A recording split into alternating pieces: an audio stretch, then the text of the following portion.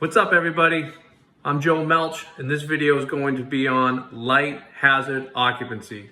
We're going to talk about the definition, what occupancies are light hazard, who makes that decision, and how it's applied. Let's do it.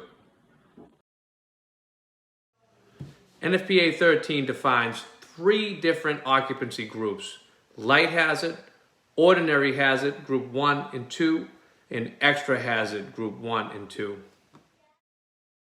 On this chart, we can see light hazard comes in low on all three categories of quantity of combustibles, combustibility, and rate of heat release compared to the other occupancies, which climb from moderate to high to very high as we go from ordinary to extra hazard occupancy.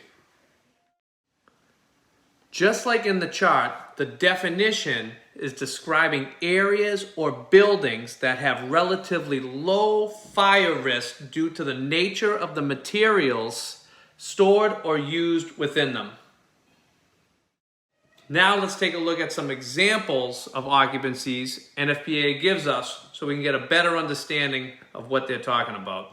Offices, schools, restaurant seating areas, hospitals, and the list goes on. But the next question is, who actually makes the determination?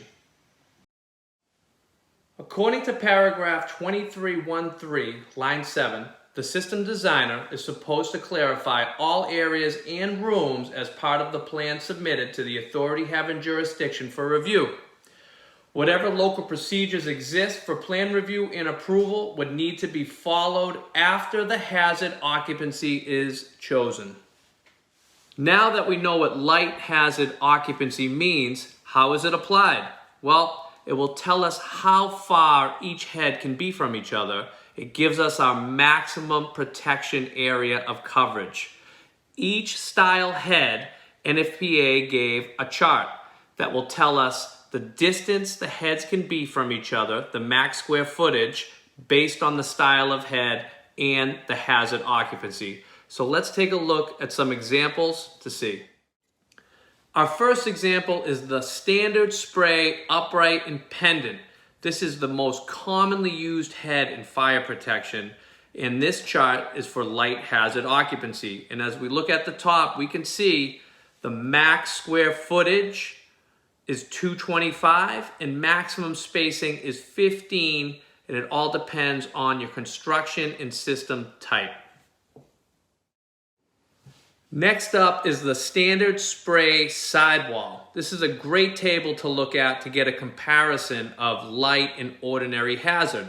Max square footage for light hazard is 196 square feet. And as we jump up to ordinary, where our rate of heat release and our combustibility is going to go from low to moderate or high, our square footage is going to shrink and our max distancing is going to shrink. And this is a great example to take a look at.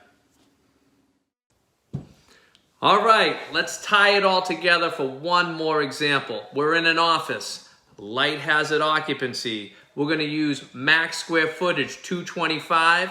We'll take a couple more codes like half the max allowable distance is how far you can be off a wall. That's going to give us our 7.6. Heads can't be any closer than 4 inches off a wall, and they can't be any closer than 6 feet to each other to prevent cold soldering or skipping of heads. And that is the beginning of how heads are spaced, and it all starts with picking your occupancy hazard. All right, everyone, that wraps up this video. I hope everybody learned something new. I'll catch you on the next one. Rock and roll.